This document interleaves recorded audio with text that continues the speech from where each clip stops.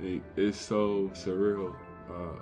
Like what I said, when I talk to the young guys who wake up and they may not know where their path is going to lead them or where the game is going to take them, just trust your heart. Don't worry about what nobody's going to say. I sat every day with Tibbs after practice and we talked about the Knicks, we talked about the battles, we talked about how great it would be to play there one day. And then for it to come true, now we're in New York City. God doesn't make any mistakes, man. You just gotta follow your path. You just gotta believe in yourself, stay the course. The course is always gonna be rocky, but you just gotta stay the course and believe in yourself and truly believe, man, because this is some magical stuff right now. I don't know how to explain it. It's just every day I come in, it's just, I don't take anything for granted. But every day that I come in is just surreal. And you gotta pinch yourself because you're playing in the Garden. It's one of the toughest places to play, but it's one of the beautifulest places to play when you're on the right, when you're right. Alcohol, right? All right, my fellow Knicks fans, we here. NBA Finals. This is where we need to be. And make no mistake about it, the Knicks are the favorites. You will get no favors from the media as we exactly where we need to be. But in this segment, it's going to be a nice little mixed bag because we're going to talk about how the Knicks are beginning to position Victor Wembanyama in certain areas of the court in order to take advantage of the paint. As we see in game one, he changed a lot of shots, especially coming from guys like Josh Hart, Jalen Brunson, anytime he got penetration. Same thing for Mikal Bridges, even OG Anunoby. Guys are kind of hesitant because they know he's around there lurking and is trying to swipe some shots. We'll also hear from a couple media members on how the Knicks are, slowly knocking some blows into Wemby, trying to get him a little bit tired out there heading into the fourth, because in these playoffs, he's looked quite different offensively. Even though he's had some good outings, he's still early into his career. And the Knicks, there's quite a few slight things we can do in order to throw him off track. So we'll get into that. Now, as the Knicks continue to get a feel on how to play alongside just Wemby occupying the paint and just shrinking the floor, anyone on him really, once they kind of toss the ball out, they quickly follow that pass.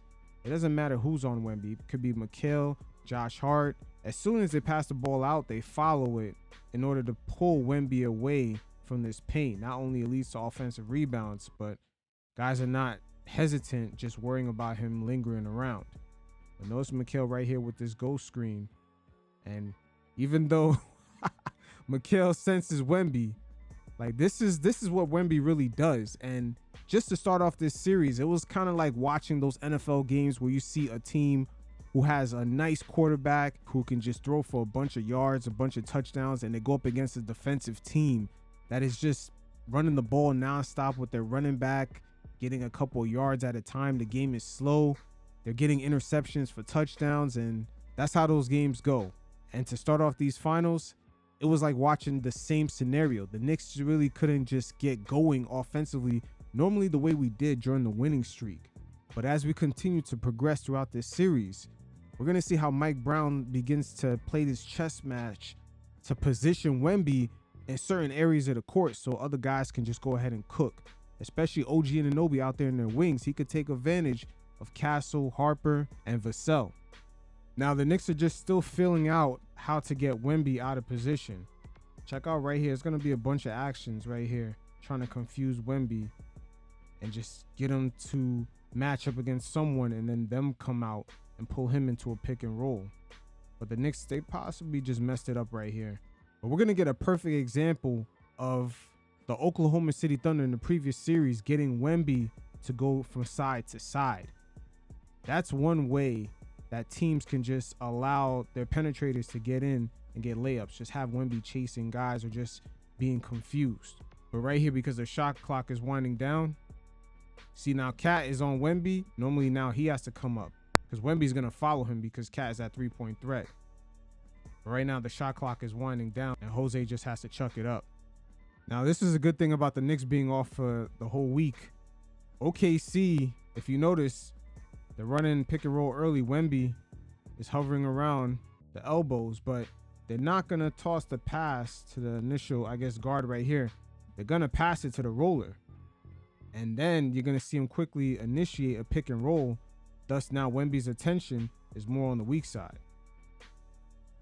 Look at that instant pick and roll. Look at Wemby now. He's more hovered here. Now Chet has more space to operate, or any penetrator.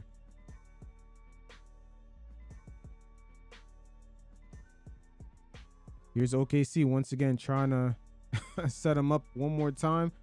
Look at Hartenstein. Now, this could be Brunson right here. See, like, this is what Wemby's afraid of.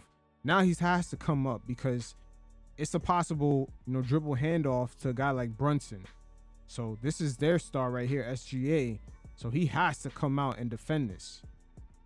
That's why, like, them making the pass to normally the center that is a roller is now compromised Wemby, because they could quickly get into some shit right here with pick and roll. So now Wemby has to come out. But look, when he comes out, see? Now you got the open spacing. Chet kind of caught that far out, but guys are conscious of Wemby when he gets back and recovers. But that's going to be the chess game for Mike Brown in this series, because Wemby does not want to leave out here, not only because he could protect the rim, but also he's going to get tired just chasing guys out. Like right here, he's going to pre-switch with Castle. See, now he's going to say, hey, take a deuce. And now he sticks with OG. But OG's in his bag, though. Hits the rainbow on him. That's the importance of other guys making shots, because now you could begin to compromise Wemby. Once again, I'm going to go to another example right here in that Western Conference Finals. See, when your role players are cooking up, as right here, Jalen Williams set this screen. Notice his run. He's not going to roll just right here. He's going to go around into the corner, keeping Wemby over there. Pay attention to his roll. And Wemby knows it. He can't stunt in too hard because Jalen Williams, that's his spot. So notice how you see, notice his positioning. Now the middle of the court opens up.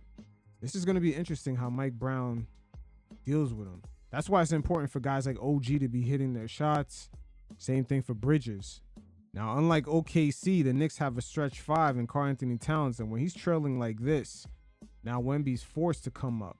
And as you can see, we got some cutters on the floor. We got Shamet, especially Bridges. So this is where Karl-Anthony Towns could begin to cook as the Knicks draw the foul. This is interesting because you could see where Wemby begins to tire out. He does not want to be out there chasing guys on defense. And not only when you do pull him out, the Knicks start collecting some offensive boards. Remember, we got Josh Hart, OG, Deuce McBride. The Knicks are always going after those rebounds. And outside of Wemby, the Spurs are very small. Now, notice right here, this was beautiful. Jose just coming off this pick. He's going to switch sides because he sees Wemby on Cat down here. So instantly, he's going to force Wemby to guard this action. He's going to pull him out. And this is what the Knicks want. They want Wemby chasing. Okay, he's trying to get the block, and now he's going to chase Deuce McBride out. And not only you got Wemby exerting more energy, the Knicks are now going to grab some offensive boards. And this happened a lot to start off the series. Hey, New York, this is your time. We in the motherfucking finals, and there's multiple ways to skin a cat. Now, Wemby's still going through his progressions, as his decision-making at times is real questionable. Right here, not only, the Spurs, they're leaving Josh Hart open. They're putting Wemby on him. But if you're going to leave him open, just commit all the way, because he keeps making these closeouts, and every time it happens, it leaves the Spurs exposed to the Knicks offensive rebounding, as Cat right here gets the and-one. Like I said before, there's multiple ways to skin a cat. And with them leaving Josh Hart open at certain key moments of the game, outside of this, Wemby chose to close out on Josh Hart, even though he wasn't hot from the field. If you're going to leave him open, because multiple times they were susceptible to offensive rebounds by the New York Knicks. Here's another example right here. Just focus on the rebounders for the Spurs. They're susceptible when Wemby's way out here, way out on the perimeter. Look at Cat. I mean, this is a mismatch in order to get boards.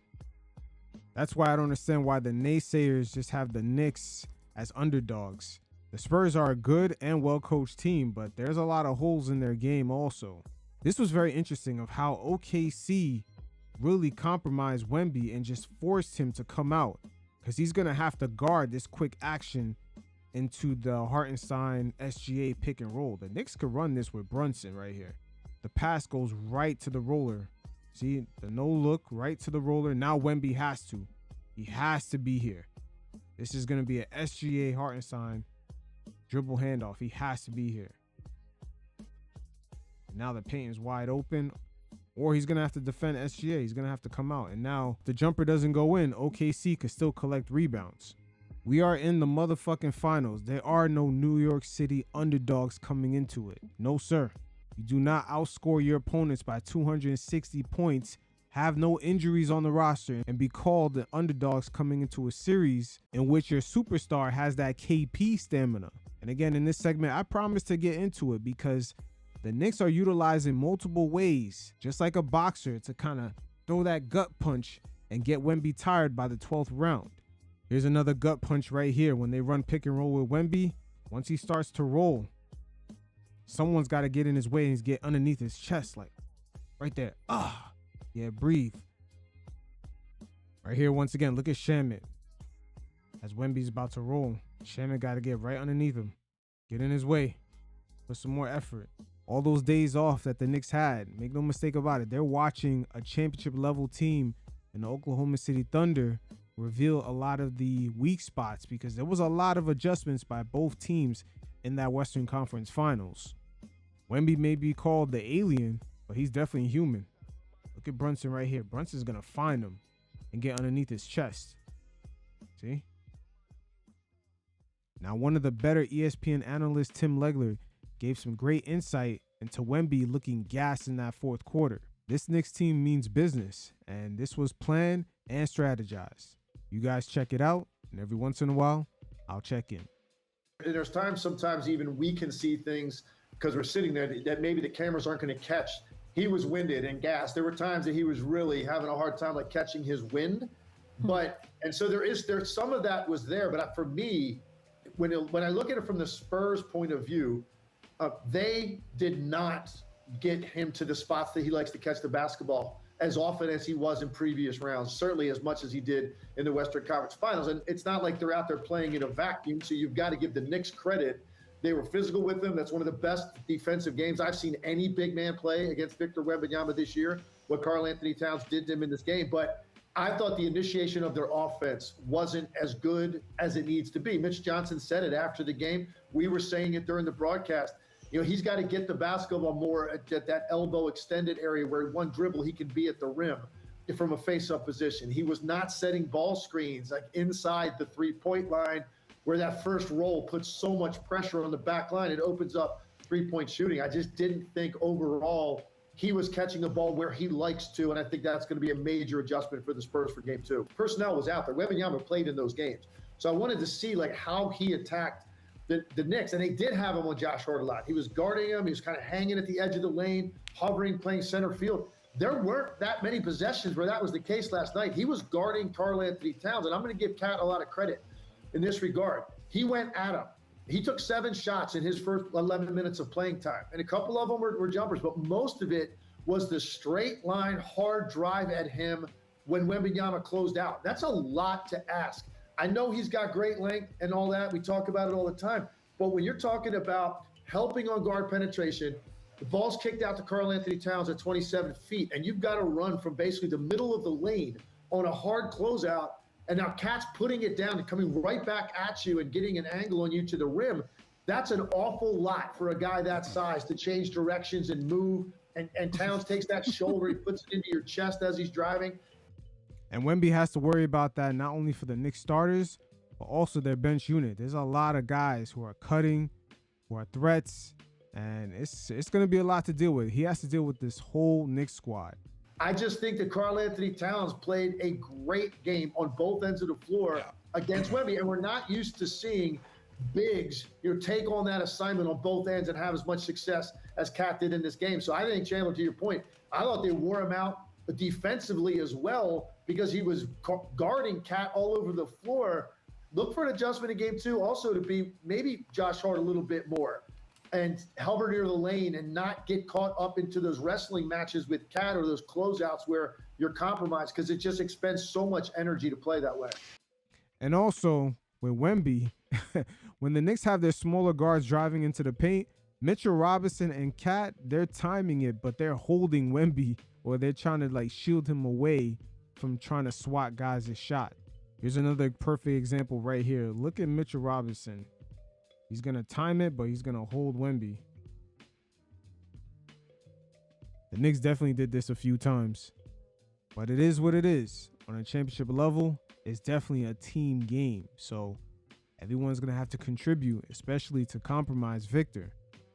I mean, because in the paint, he does change the game defensively for his team. That is an issue. Whether the Spurs are on fire or not from the field, as long as they continuously get turnovers from the Knicks, because the Knicks did get a little sloppy in game one a little bit, but as long as we keep that in check, we're still going to have to deal with just that hub around Victor Wembanyama, just trying to get in the lane, trying to get easier buckets. But hey, Mike Brown, he's a perfect coach to kind of figure out this Rubik's Cube. So until next time, you fellas, stay safe. Peace.